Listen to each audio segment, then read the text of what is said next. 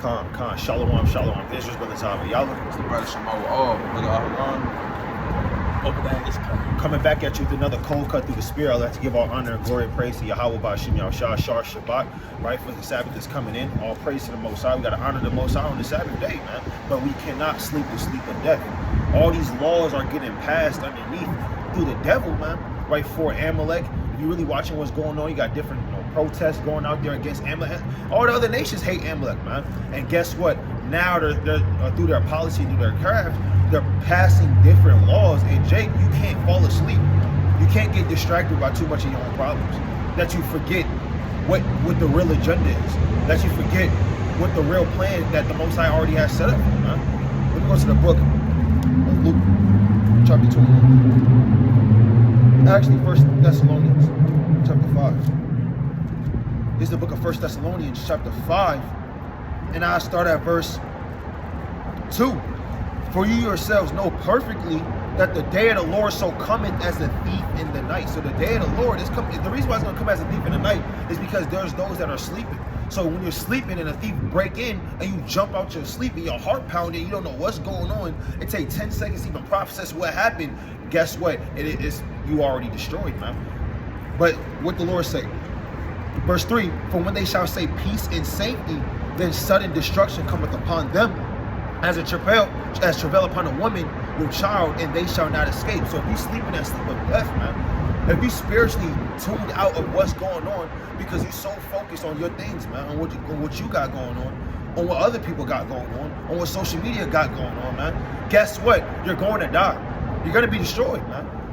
Right? And it says, you are all the children of light.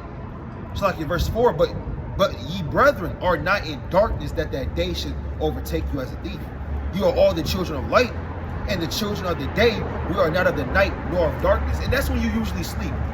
When you're in darkness, you start to sleep. Your eyes start to get heavy. Imagine just sitting in the dark. After a long day of work, you just sit in the dark. You're going to go to sleep, man. So how can you stay up? We're doing the work of the Most High. If you're doing the work of the Most High in darkness, and then you start falling, you're going to start falling asleep, man. But we have to be the children. We are the children of the light. And it says, verse 6, therefore let us not sleep as do others, but let us watch and be sober. Who are the others that are sleeping? Is the others that are sleeping usually is always the 2/3, right? Or just the people in the world? No, it's people in this truth too. It's people in this truth with fringes on, with a beard. They know the name of the Lord. They have a Bible just like you. They ordered it off Amazon. Guess what? They're sleeping the sleep of death, man. And we can't be like that. Brothers got it. That's right, man. You don't want to be overcharged with Safetim, right? You don't necessarily have to physically be asleep, but you can spiritually be asleep. As everything was going on, your eyes are literally closing, and you forget about everything. You forget about the Lord's judgments.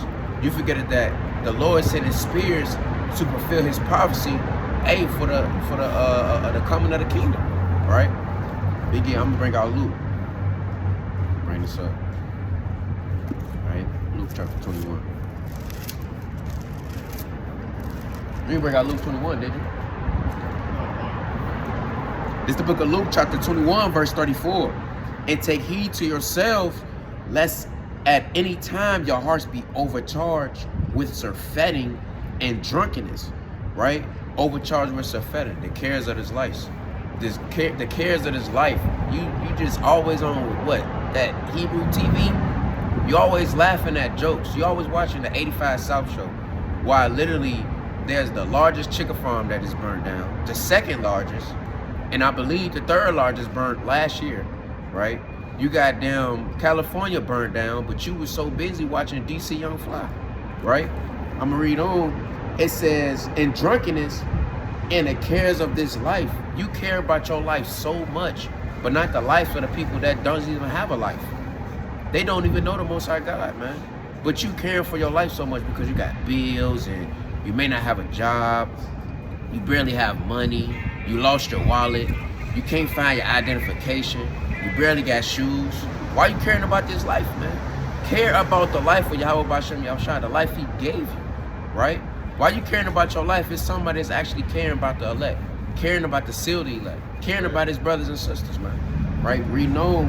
It said, and so that day come upon you unawares. You caring about your life so much. You caring about DC Young Fly.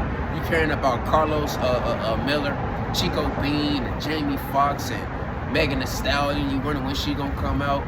You watch a damn Rhythm and Flow. You watch the same episode 2 times in a row, right? It's damn all hell breaking loose. Then Esau busting your door, chariots flying, and you caught out there unawares, man. So it's not physically being asleep, right? What you got? Mighty is mighty, right? So all these things that are happening upon the earth right now, the Most High is literally showing his power literally all throughout the 4 corners of the earth, right? And it's crazy, you know, you see Esau doing this, doing that, you see Trump, you know, doing his wicked things, you know, saying, hey, you know what? We stole this land, and guess what? We're gonna kick out the people, you know, that are inhabiting this land, you know, right? Man, our ancestors have been here for generations. So it's crazy, right? So I'm gonna give these quick 2 precepts, right? A lot of brothers are asleep, right? Let's go to Romans chapter 13, verse number 11, right? And that knowing the time, that now is the high time to awake out of sleep, for now is our salvation nearer than when we believed, right? Man, we gotta wake up, man, because like we see all these things happening, but you know, Jake, you know, he's too much, you know, interacting with folly and all the things that are around this world. You don't want to be caught up in that. You don't want to be caught up in this world, right? What does 1 John 2:15 say, right? Love not the world, neither the things that are in this world, right? You know, Eve was just right now begging me, like, hey, you know, let's go visit this, let's go do that, let's go do that. I'm like, bro, I ain't about that life no more, man. I ain't that Jake no more, man. I'm new and reformed. You know, I want to do the work of the Most High. You know, the work of the Most High requires new different things, a new different outlet, right? I'm gonna put another precept, right? This is the book of Ephesians, chapter 5, and verse number 14. It says, wherefore he saith, awake thou that sleepest, and arise from the dead, and Hamashiach shall give thee light. So we have to wake up, man. Plain and simple, man. We can't be sleeping all the time and be thinking, hey, you know what? You know, let other brothers do that work. Oh, you know, you Israelites, you go do that work. You know, I'm gonna go being over here and sitting down doing the keyboard warrior. Like, man, it requires every single one of us to get up our behind and basically do the work of the Most High, right? But you got it. God, all praises, mighty precepts. I'm gonna get this in the book. Let's see. It's the book of 2nd Ezra, chapter 14, and verse number 10. It says, for the world had lost his youth, and the times began to wax old. For the world is divided into 12 parts, and the 10 parts of it are gone already, and half of a 10th part. And there remaineth that which is after the half of the 10th part. So it's not too much time left remaining, right? You got to be able to measure out the time diligently. If you're actually watching, if you're actually paying attention, if you're not sleeping, right, you would take heed to these things. All right, let's read on. It says, right, the world has lost its youth. I'm going to start at verse 13. It says, now therefore set thine house in order, and reprove thy people, comfort such of them as be in trouble, and now renounce corruption. Let go from thee mortal thoughts, cast away the burdens of man, put off now the weak nature, right? So as we see the times like approaching, as we see prophecies being fulfilled, as we see all hell breaking loose in America and around the world and other nations and other countries, this is what we got to be doing. This is what the servants of the Lord got to be doing. We got to be setting our houses in order. We got to be putting off our mortal thoughts, right? We still got ways that's of this world. You still got habits that's carnal, that's of this world. That's of that old man. You still got remnants of that old man still lingering around, right?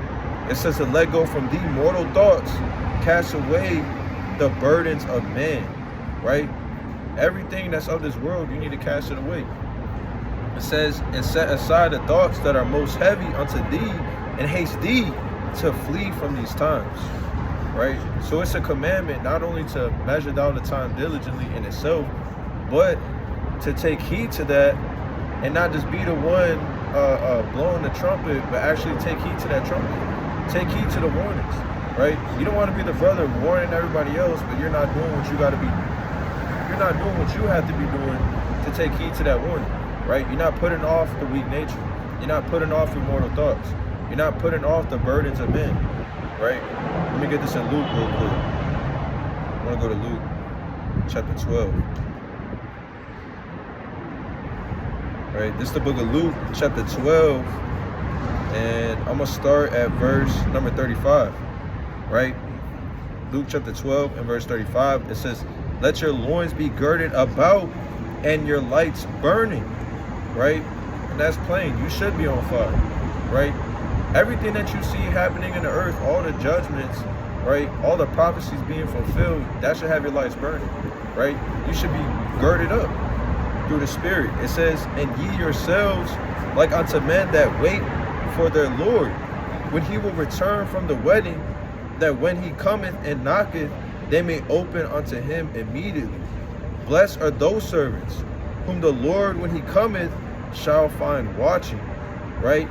Meaning that you was doing these things, you was taking heed to the warnings. You was taking heed. You was not just measuring out the time diligently in itself, but you were actually doing the things necessary to prepare yourself for what's to come. It says, right? I'm gonna keep reading. It says, blessed are those servants whom the Lord, when he cometh, shall find watching. Verily I say unto you, that he shall gird himself and make them to sit down to meat, and will come forth and serve them. And if he shall come in the second watch, or come in the third watch, and find them so, blessed are those servants. And this know, that if the good man of the house had known what hour the thief would come, he would have watched and not have suffered his house to be broken through, right? So you got to be like one that's, you got to be always ready, basically, right? You got to have that mindset to always want to be ready in this truth, right? Not letting yourself slumber for too long, not letting yourself get too deep into this world, not letting your mind wander off into this world, right? Right now is the time to lock in, right? To let your lights be burned, to be girded up, right? To be as these servants that when the Lord cometh, you're already watching, you're already ready, right? That's right. That's exactly right. Let me go to the book of 2nd Ezra, chapter 4, and verse 1. And the angel that was sent unto me, whose name was Uriel, gave me an answer, and said, thy heart have gone too far in this world. You don't want your heart to go too far in this world. You don't want your heart to go too far in cars, money, what you got to do next, your plans, your ideas, the things you want to do to come into fruition, man. Setting up 20, 30, 40-year plans, man. Right? We don't want our heart to go too far in this world. Social media, what's the next trending thing going on, man? You want to watch what's going on, man. You can't have your mind so ingrained in this world. Let me go to the book of Sirach chapter 13 and verse 13, because you're gonna start tapping your foot to the song of Babylon, to the harps, to the timbrels of Babylon, man. That the Lord is gonna make cease, as it says in Isaiah 24, man. So we don't want our minds to go too far in this world, because you're gonna start tapping that foot, right? It says, 2nd Ezra chapter 13 verse 13, observe and take good heed, for thou walkest in peril, right, of thy overthrowing. And right now, we walking in peril of our overthrowing if we don't see what's going on. And what the Lord say? When thou hearest these things, awaken thy sleep, man. The Lord said, when you hear these things, when you hear that there's peril coming and that can overthrow you, get the hell up, man. That's not awaken thy sleep. No, when somebody says awaken your sleep, hey, guess what? You're going to jump up. You're going to look around like, what the hell? Right? Get the hell up, man. Right? As if you were about to be late for your job. Right? As if you was about to be late for an important thing. You jumping, you looking at the time and you putting on your pants. Hey, awaken thy sleep when you hear these things, because these things will come swiftly. Right? Let me go to 2nd Ezra chapter 16. Go to the book of 2nd Ezra, chapter 16. And I'm going to start at verse 68. What is in peril of thy overthrow? What does that look like? Right? And it says, for behold, the burning wrath of a great multitude is kindled over you, and they shall take away certain of you and feed you, being idle with things offered unto idols. Right? Forcing things down your damn throat. Trump just signed an executive order for Guantanamo Bay. As a prison for anti-Semitic people in America to get deported to, man.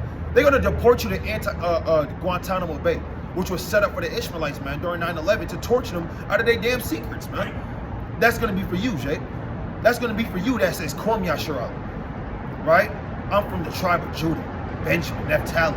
Oh yeah, guess what? They're sending you down here, man, because you're not an American citizen. These things are coming, right? And it says, Verse 69, and they that consent unto them shall be had in derision. Yeah. Damn, agree with Esau if you want to. They're going to laugh at you for your lack of integrity. And it says, and in reproach, and trodden underfoot. For there shall be in every place and in the next cities a great insurrection upon those that fear the Lord. They shall be like mad men, sparing none, but still spoiling and destroying those that fear the Lord. This is what's coming to those that fear Yahbashim Yahushua, man. Awake and thy sleep. Verse 72. For they shall waste and take away their goods and cast them out of their houses. Then shall they be known who are my chosen, and they shall be tried as gold in the fire. Notice how the Lord said, in that time, they're going to be known who are my chosen. We don't know who the chosen is right now. It's easy to walk around with your fringes right now, man, when nobody hates you. When people say, what's that? That's interesting. It's easy to walk around with the scriptures and people say, oh, man, you're a Christian? That's fire. That's great. It's not going to be great in that day, man. Right. Then guess what? In that day, the Lord said, okay, then I'm going to identify who my chosen is, man. Then I'm going to select my top tier Israelites and I'm going to cast away the rest of the wicked, man. Right? Let me read that again. Then shall they be known who are my chosen, and they shall be tried as the gold in the fire, man. And if you're really chosen of the Most High, you're going to go through hell during that time, man. But the Most High is not going to deliver you right unto them, man. But with that, we'd like to give all praise to Yahweh Bashim Yahushua. Everybody Shema with all.